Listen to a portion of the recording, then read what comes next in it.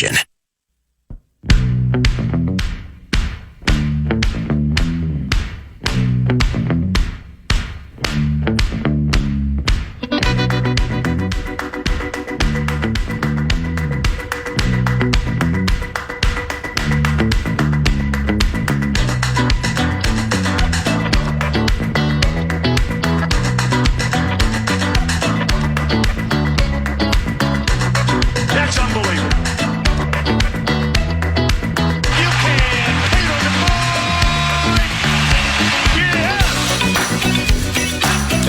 Ben, are you out of the woods with the malady?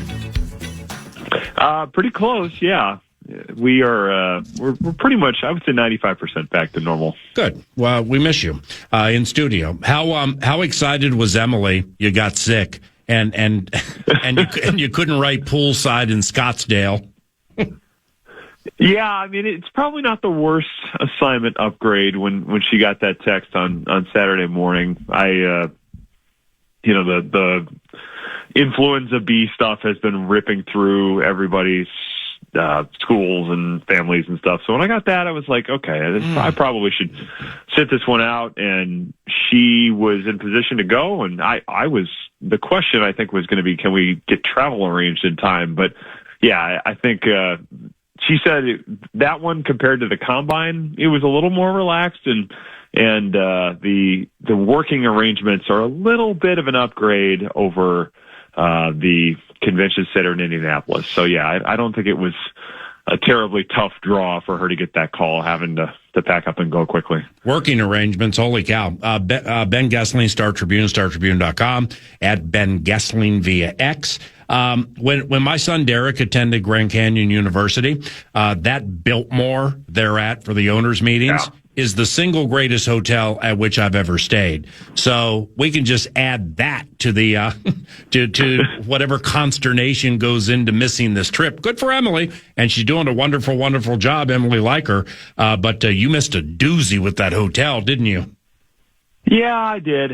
That one, it sounds like it might be back there again next year because I believe it had been in Florida 2 years in a row. So, closed circuit to Emily. You had a good run with it 1 year, but I'm probably going to pull rank on that one again next year because it is a good one. This thing ends up being usually somewhere fairly high toned and fancy, so to speak, because the owners are men of means and want to be in nice places. So, it's the Breakers in Palm Beach a lot. I think it's been in near Disney World at one of the Marriotts in Orlando in the past. But yeah, the Biltmore is the other one I've done. And the Biltmore is, it's an incredibly nice hotel. And the weather's usually, I think it was warmer out there than it often is. But yeah, nobody's going to complain too much about being able to sit outside and work in Arizona. It's one of the nicer places I've been as well. And yeah, definitely a fun spot for a off-season assignment. Well, you say the owners are people of means, not according to the NFL Referees Association. They think the owners are chintzy. They want the most important games of the year, playoff games and the Super Bowl, to be handled by officials and whitecaps off seniority, even if they make a million mistakes. The NFL, I think the NFL is going to hire these 150 and put them through the paces to get ready for a season. How hot do you think this thing is? Well, I mean, the fact that they passed that 1 year rule about being able to weigh in from New York in the event that they don't come to a deal tells you they certainly are gearing up for this, that they know this is definitely a possibility. And some of this could be, an aggressive tactic at this point. But I think all of that stuff being in the mix, from the competition committee to this idea of possibly hiring replacement refs again, tells you they are not unaware of the possibility that this happens. I mean, the last time we saw it, obviously it ended with the Fail Mary, and pretty quickly after that it got resolved because it was such an embarrassing thing for the league to have that on Monday Night Football and have that be something that the entire world really was talking about. So I don't know that they want to go through that again. But as we've seen with the NFL, if they have the ability to put themselves in a position of leverage, they are not going to turn that down. So I think they are very much signaling like they are preparing for the possibility of replacement refs, the possibility of having different modifications for replay this year. I think they are sending plenty of signals that is serious. I mean, we are probably not quite to a deadline yet on this, and I believe I think it's the end of the month that contract expires. But the deadline could make things a little smoother, and everybody comes back to a more negotiable position at that point. But yeah, they certainly are sending every signal that they are trying to squeeze the refs, and we will see what happens with it. But yeah, right now, very much sending a lot of pretty loud signals. Just tell me what you think I'm missing here. I'm going to ask you your opinion first. But the money portion of the equation, I mean, that can fix itself. So I don't like, they want 10, they want to give 6. Let's meet at 7.25. I mean, that can be fixable. But when the NFL is the second disagreement of 3 playoff assignments. The Referees Association wants playoff assignments to hinge on official seniority, giving preferential treatment to veterans, where the league wants it to be merit-based. And that ties into really the first disagreement, the NFL's desire to increase accountability measures for poorly performing officials. The NFL wants the ability to place lower performers on probationary periods, and the Referees Association's fighting back. How do you fight back on that? I mean, if Vern from wherever's worked in the league 35 years and missed 55 calls over the course of 10 weeks, but he's been in the league that long, so he gets to do playoff games? Just listen to that. I mean, that's just wrong. Yeah, I mean, that is it. That's where I think a lot of these things come down. I mean, when you're talking about collective bargaining, a lot of times it's the question of, do the people that have the most seniority get the most preference? And I think a lot of times what you probably see in a collective bargaining situation is the people who have seniority may have the loudest voices within that union, and then that is going to shape the priorities that the union takes to the bargaining table with the company that it is negotiating with. And, what this could happen in any union in the country, I think. But I think that's probably part of what's driving the union's position on this, is the voices in their internal discussions of what do we want to prioritize here are probably coming pretty loudly from the people with seniority, and it tends to be that type of a culture. But I can think of times where this has been an issue in education in terms of how much are teachers being graded and how much is seniority coming into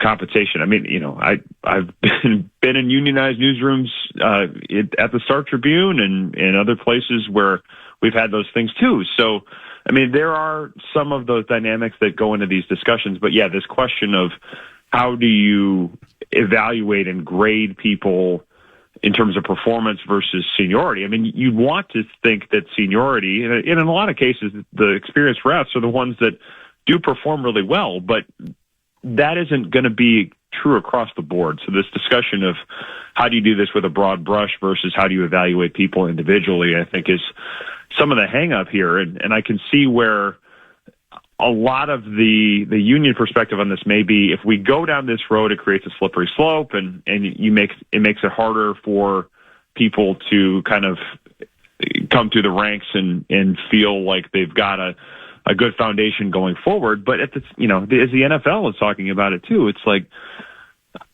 yeah, I can see why the NFL would say we want to have a means for accountability on this, because you have the technology now to say, hey, this call was missed and this could be fixed. And a lot of the discussion when we do replay is replay cannot initiate a penalty. It has to be coming from on the field, and replay is only reviewing or correcting things that are clear and obvious. But the call of a penalty, the call of a certain action on the field or judgment on the field has to initiate from a referee, from a human being. So I think the league is saying, if we're going to do that, then we want to make sure we have ways to have safeguards in place here too. So I think a lot of that is, it reminds me of discussions I have seen between collective bargaining parties before. So I think that's going to be probably a sticking point as we go through this. But I can see why the NFL would say, if we've got the means to grade and evaluate officials, why would we not want to use that? I love how you explain that. And lastly here, I think the NFL, in a roundabout way, with some of its requests, is conceding that we've assimilated a pool of bad officials. And, like I said earlier in the radio show, you don't have to be Bernie Kukar working 10 years in the MIAC, 18 years in the Big Ten, takes you like 30 years just to get in the NFL. It can't be disputed, not the Whitecaps. And by the way, the Whitecaps, the ones on the mic, I think two of them, definitely one, but I think two have been demoted within the last couple of years, from Whitecap back to umpire or something like that. But it can't be disputed when you know where to look for what you're looking for about the side judges, back judges, umpires, the officials.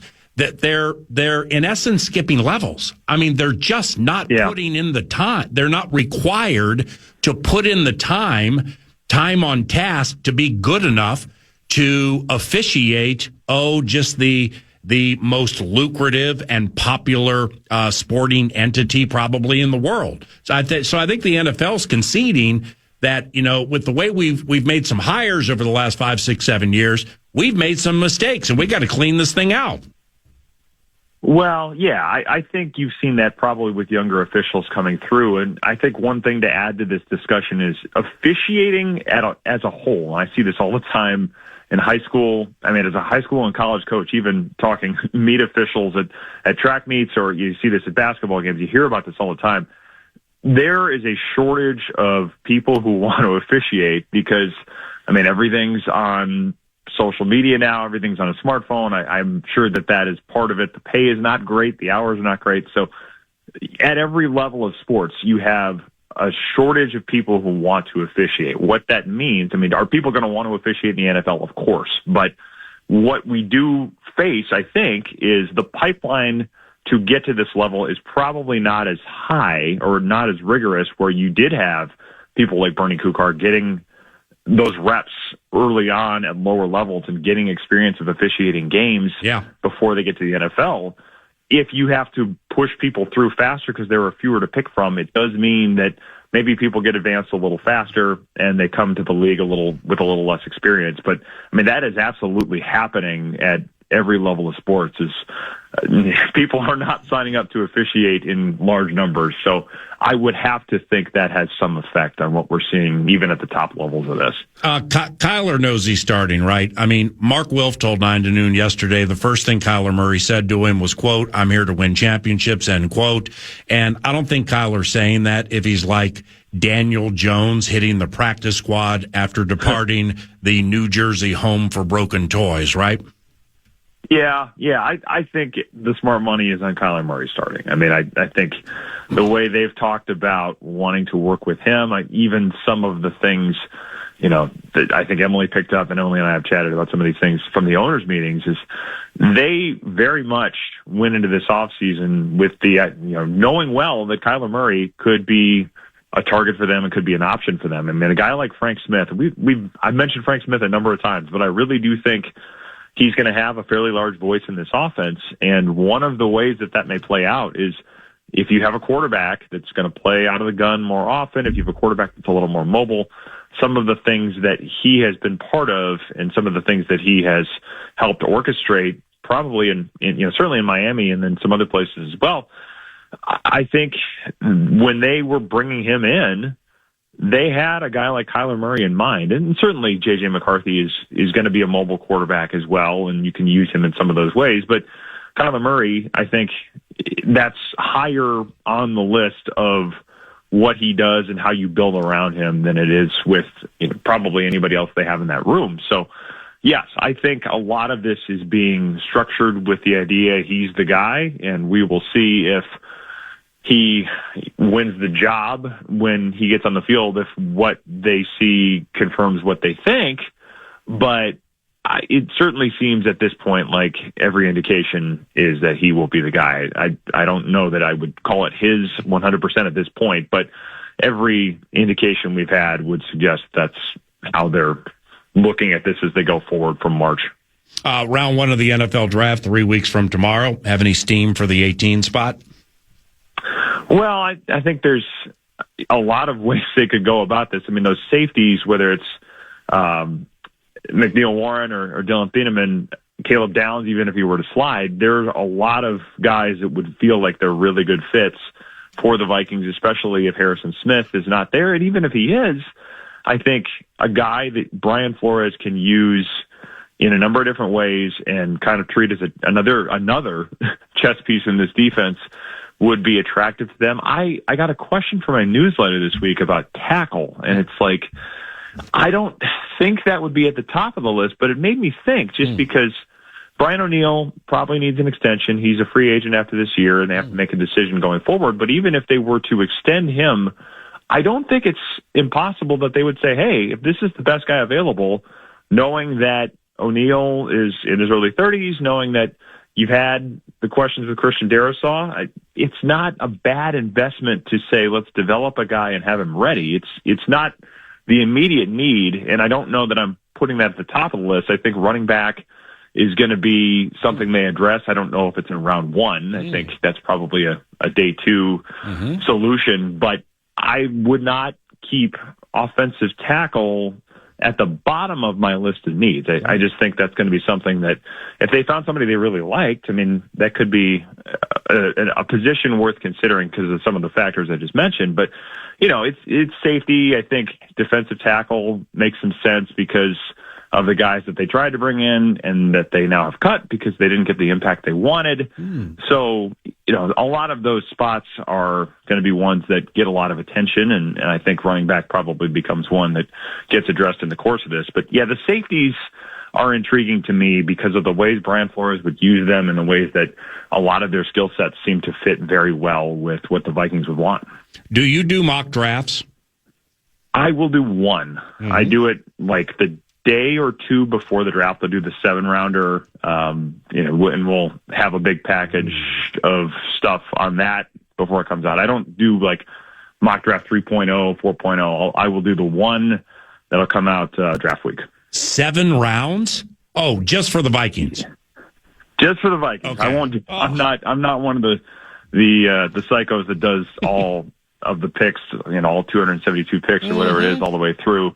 Yeah, I'll do the Vikings, basically all of their picks. I'll probably do some mock trades because I had some fun with that over the last few years. But yes, I'll do that, and basically it'll be a pick for every spot they have a draft pick, and then probably a couple other players they could consider if they don't pick that player. So there'll be something like 20, 25 names in that mock draft. But yeah, that'll be out the week of the draft. Lastly, who is your favorite, or who are your favorite out-of-market draft analysts? Like here, 9 to noon, we like Jordan Reed and Field Yates with ESPN.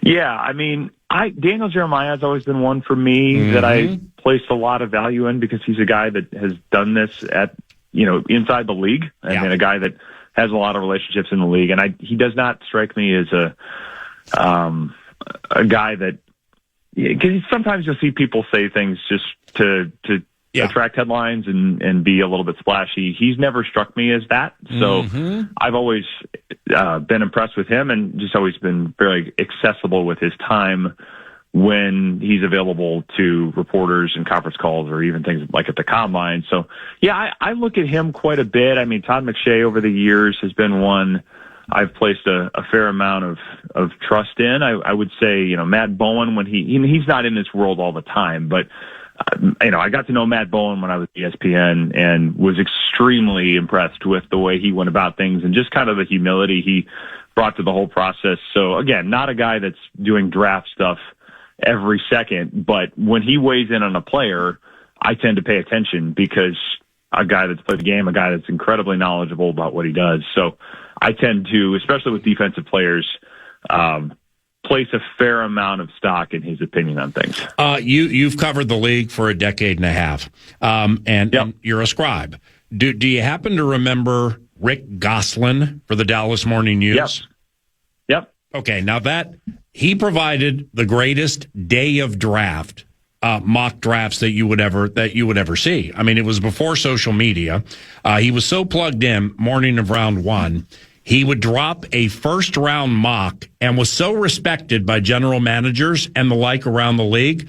Goose would hit around 70% of the picks, including always almost nailing the entire top 10. I mean, that was incredible. That's pretty elite, and he's a legend in the business and a guy that I think his special teams rankings are still seen as one of the more reputable and trustworthy rankings of special teams units around the league that exist even to this day. So, yeah, a guy that has a lot of trust from front offices, a lot of trust from scouts around the league. Certainly a legend, still a Hall of Fame voter, I believe, and a guy that I've talked to a couple of times over the years. Certainly a voice that I trust and one that's worth paying attention to. I guess the other name along those lines that, as you mentioned it, Bob McGinn, who covered the Packers for a long time for the Milwaukee Journal-Sentinel, still doing a lot of work with Tyler Dunn. His series that he does every year over at Go Long, he talks to a lot of scouts and gets quite a bit of candid stuff about players that you may not see other places because some places probably aren't quite as honest and to the point as he's got the ability to be there. So that's always a resource when he puts out his draft guide every year for Go Long. That's one I look at pretty thoroughly as well because he's as plugged in as anybody in the league and has a network of people, of evaluators that have brought a lot of insight on players, and he's been pretty good at using the relationships and the intel that he gets from those things to have a strong handle on the draft and what the players are going to do once they get to the NFL. Hey, man, glad you're feeling better. Hope to see you in studio next week if you have time, all right? Yeah, absolutely. We'll get back on track with the normal routine next week once I'm back to a full 100%. So thanks for being flexible today. Yep, thanks, bud. Have a good day, all right? You too, man. Thanks. Ben Goessling, Star Tribune, StarTribune.com, at Ben Goessling via X.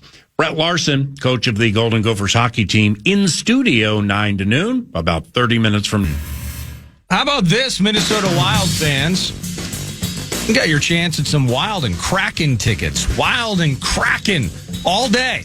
All you got to do is just use the free iHeartRadio app. Send us a talk back, right? Like a Talker Tuesday, only it's a Wild Wednesday, I suppose. Tell us which team scores first tomorrow night when the Wild face off against those ratty Canucks. You tell us that via the free iHeart app. One of you can get some tickets to the Wild and the Kraken. It's a Wild Wednesday on the Talker Tuesday with a side dish of Monday mock on the Friday football.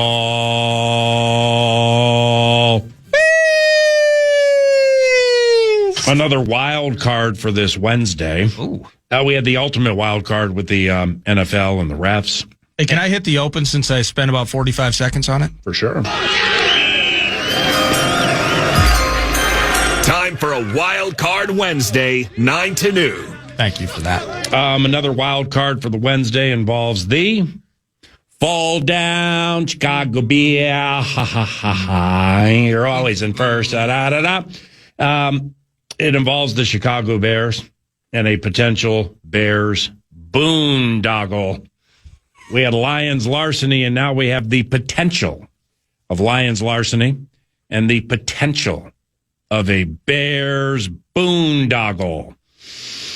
Old Chicago Bears, the target at which to shoot, the division champions, beloved BJ, on the fan. The Bears have 7 picks in the upcoming draft, included 25, 57, and 60. 25, 57, and 60. Those are plum spots to be in any draft ever. Quickly, recap of 2025, just brief recap. They took, so Ben Johnson becomes their new coach. The fan has learned he ruined everything that was Detroit Lions football, stuck Frank Ragnow $2 million, and goes out and wins a division. They took Colston Loveland, Luther Burden III, both big-timers. Yeah. Loveland, big-timer. Burden III becoming a big-timer. And so then they get offensive lineman. He's a tackle from BC, Ozzie Trapillo. He's supposed to be a right tackle. They're going to try to push forward that he can play left tackle, but he probably can. Growing and maturing and becoming stronger and stuff like that. I ain't second-guessing Ben until it's time to second-guess Ben. They also took defensive lineman Shamar Turner. Might have played at Texas A&M. He only played 5 games last year. I think it was around 5. Ripped up his ACL. Wasn't having a great year, but they love him. They love Shamar Turner. And 7th rounder, SOD, steal of the draft, Kyle Monangai. The rookie running back, Kyle Monangai. All right, so Loveland, Burden, and Monangai, I think they might have combined for 17 touchdowns. I mean, when you get 3 of your rookies combining for 17 touchdowns, that's some next-level draft polling right there. It's not bad. All right, so Ben can draft. All right, and Ryan Poles, he's the general manager, executive vice president of everything in the universe with all these titles these days, probably even associate head coach. But Ryan Poles obviously has a lot to do with it, but so does Ben Johnson. It starts and stops with Ben Johnson when you get that kind of contract for your first year coaching, your first year as a head coach, the way he got, like around $13 million a year. Ben can draft. So how does he approach it this year? Super deep tight ends draft. And Ben's going to leave with no fewer than 2 of them. Just be ready for it. And we in the NFC North should hope he doesn't end up with Oregon's Kenyon Sadiq and that 4.3 speed. And I'm not kidding you. Hear me out on this. Sadiq, it's starting to feel like Sadiq and Thieneman are going to go in the top 10. People talk about him so much. They're steamy. But this Sadiq he's super steamy. But like 2023, deep tight ends draft. So maybe beloved BJ has his eyes on a couple we'll share here momentarily. But the premise to the Bears boondoggle, they have Loveland. Yeah, they got Cole Kmet. Yeah, DeAndre Swift and running game was good. So all those positions are off the radar, right? Go ahead and think tight end and running back are off the radar for beloved BJ. Oh, I think running back is absolutely in that equation. You think about Swift, you mentioned Monangai, the value they get for one season. That's best player of it. If Jeremiah Love, Jadarian Price, if they hit on either of those, that would not be surprising at all. Well, in the first round, I'll go ahead and bet 80% of my 401k. 80% no, yeah. Yeah, they ain't taking a running back in the first round. All right, 3-2. The boondoggle involves the tight end spot. All right? Tight ends are of supreme importance to Ben Johnson. Permit me to say this for a 7th time, and maybe the context actually will be attained by many listening now. Colston Loveland, Cole Kmet, Durham Smythe. Most people were like, Durham Smythe, he didn't do anything in Miami. Ben's like, perfect. We don't have to pay him a lot. But when it was some key 3rd down runs for the Chicago Bears last year, wasn't Loveland, wasn't a pulling Braxton Jones, wasn't a pulling Jonah Jackson, setting those big blocks to get the first down for Swift or Monangai. It was Durham Smythe. All right? Durham Smythe. Davis Allen called and nobody cares until they get that first down on you and the clock keeps running. So tight ends are of supreme importance to Ben Johnson. There's the boondoggle tell.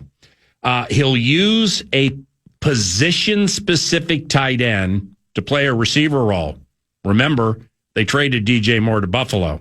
They signed Khalif Raymond, but my man's not a full-time wide receiver, and Ben knows it. The boondoggle is manipulating the tight end market. Get one early who can play, and a sneaky one late who does multiple things. Yeah. I also expect him to focus on a running back relatively early in the draft. They used free agency. Here's part of the boondoggle tell. They used free agency to hammer the defense. They just hammered it. They happen to love defensive lineman Shamar Turner, who just played 5 games last year. And didn't have a great start to his season, but they don't draft him where they draft him if they didn't love him, and they get the benefit of the doubt until Shamar Turner proves he can't play. So I think he can play. He just got hurt last year. So you got that with what they did defensively in the offseason. By the way, Neville Gallimore, the former Cowboy, is one of the strongest defensive line players in the NFL. They signed him, and everybody knows it. But again, Neville Gallimore, Tom Johnson called and nobody cares until you try to run up the middle and he single-handedly throws your center and guard down at the same time and blows up the whole play. They loved him, Pete Bursich. Yes. When Gallimore was coming out of the draft, Bursich loved Neville Gallimore. He loved him. And around that same time, he loved Aleem McNeil. Aleem McNeil, I think he went to NC State. Oh, great. And McNeil went in like the third round, and the analyst was right as usual. Pretty good. Also, beloved Ben shipped all in on Kobe Bryant from the Champion Chickens for the secondary. So the boondoggle includes a rare beloved Ben tell of what they did in free agency defensively. So, therefore, I mean, it's just we're playing averages here. You look at certain spots in the draft, know what the coach likes, know that the coach calls the plays, know what they did last year that worked well. And I don't envision the Chicago Bears being predictable and drafting, quote, for need or whatever is perceived to be, quote, best player available. Ben drafts for the now and the future, like most do. But they don't rebuild or reload, they amplify. Ben drafts for amplification. Take what is good, take what got good, that offense, and make it elite. I just know that's his mindset this offseason. Ben Johnson will look at two facets of the draft with game changers up and down and hone in on the right ones, tight ends and running backs. DeAndre Swift is a free agent after this year. That's important. Cole Kmet, free agent the next year.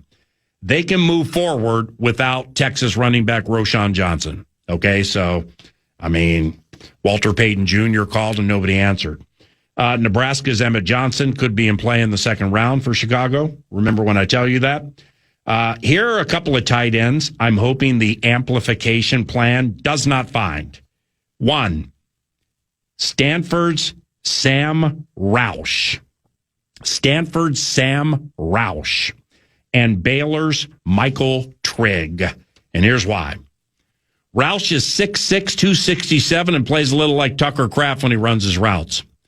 He's the biggest tight end in the draft. He's 6'7", man. 6'6", 6'7", and he doesn't plod when you watch him. Major positive with the run game is what Roush is. And inline roles as a tight end need to be possessed in beloved Ben's offense. And that's what Roush does. He wants to run, then he wants to dagger you down the field.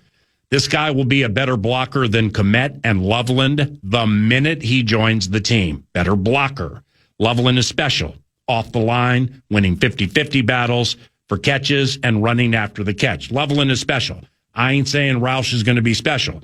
I'm saying what he does fits exactly what Ben wants. And by the way, Roush is a former rugby player who can catch, but he's as mean gets. Then you get Michael Trigg from Baylor. Reminds my guys of Cleveland's Harold Fannin Jr.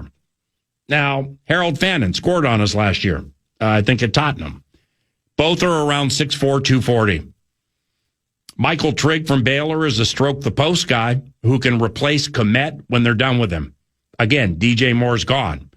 You don't have to fill the void with a receiver. Ben doesn't have to fill that void with a receiver because of the quality of tight end coming out in the draft this year. So I think the boondoggle here is with tight ends in a very deep tight end draft. When Ben was with the Lions into the 2023 draft, he and we all heard the accolades surrounding Dalton Kincaid and this super fast Luke Musgrave. So he took Sam Laporta, who ended up being the best of them all. Now, Tucker Kraft went in the third round that year, and he's right there with Laporta now. Tucker's the bomb.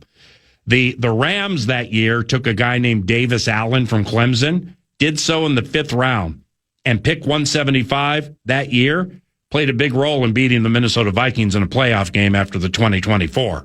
And again, it's Davis Allen. Durham Smythe called, nobody cares until he's knocking you on your butt and protecting in second to none fashion. So as we go here to close, TJ's deal ends after this year. Oliver is the more multifaceted of the two, in my estimation, and the others on the roster have a lot to prove. I think it would do the Vikings good to find themselves a high-end tight end in this year's draft, and one that can help now and in the future. Perhaps that gets in the way of Ben's potential boondoggle.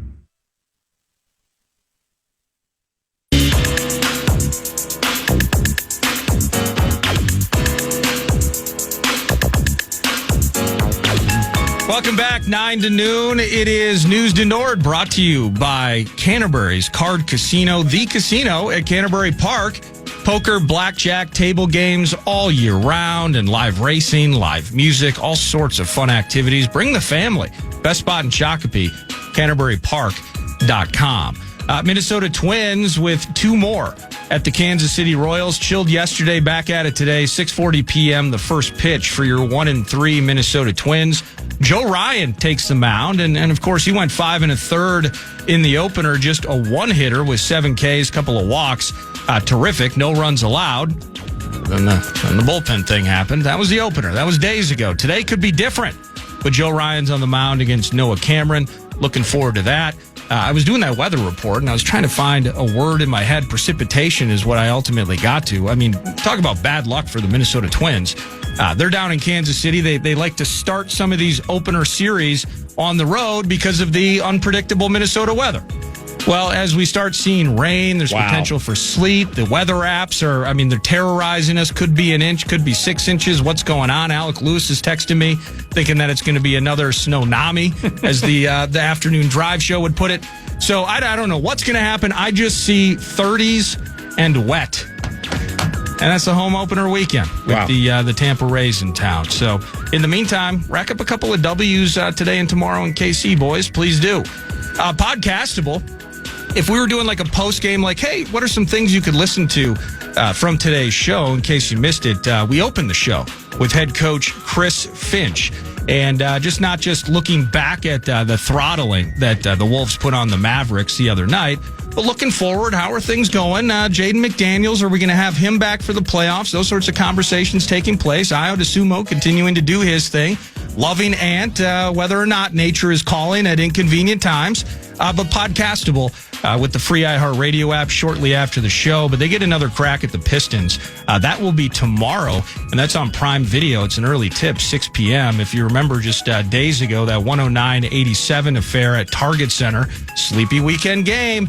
Well, now they're going to be in Detroit, still without Cade Cunningham, but hopefully a little healthier are the Wolves with a chance to split it with the Pistons, who are a big-timer in the East, and still trying to juggle what is a very muddy Western Conference as the Wolves tied in record. I mean, thank you or no thanks to Karl Anthony Towns, Josh Hart, and everybody involved with the Knicks, who were just beaten on by the Rockets last night. Rockets and Wolves tied 46-29. So with just 7 games remaining, if my Mankato math is accurate, trying to find their way potentially a game and a half behind the Nuggets. Could you jump into that 4 spot and host that series against Denver?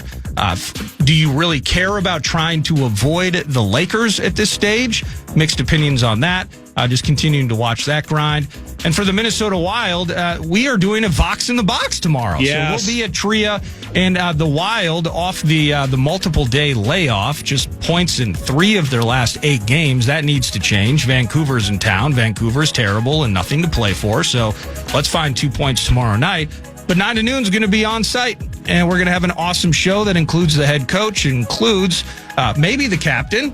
Maybe Wes Wall's in at 11. He's in. And then KG at 9. Gorgie in the first hour. We're just going to have fun, and eventually there's going to be skating and noise and maybe some food involved. It's going to be a blast at Tria Rink tomorrow as part of Vox in the Box as they host those Canucks. You'll get to hear that right here on your home for Wild Hockey, the Fan. And that is indeed News du Nord, brought to you by The Casino at Canterbury Park, CanterburyPark.com. When we return, we're going to get the opportunity to invite a new voice into the studio, the new head coach of Golden Gopher men's hockey, Brett Larson. Will be joining us in studio to kick off the final stretch. Been excited for that for a few days, and excited to mix it up with some let's say outside of the box questions, but also some roster building philosophical questions. Brett Larson, Gophers' new hockey coach, in studio next.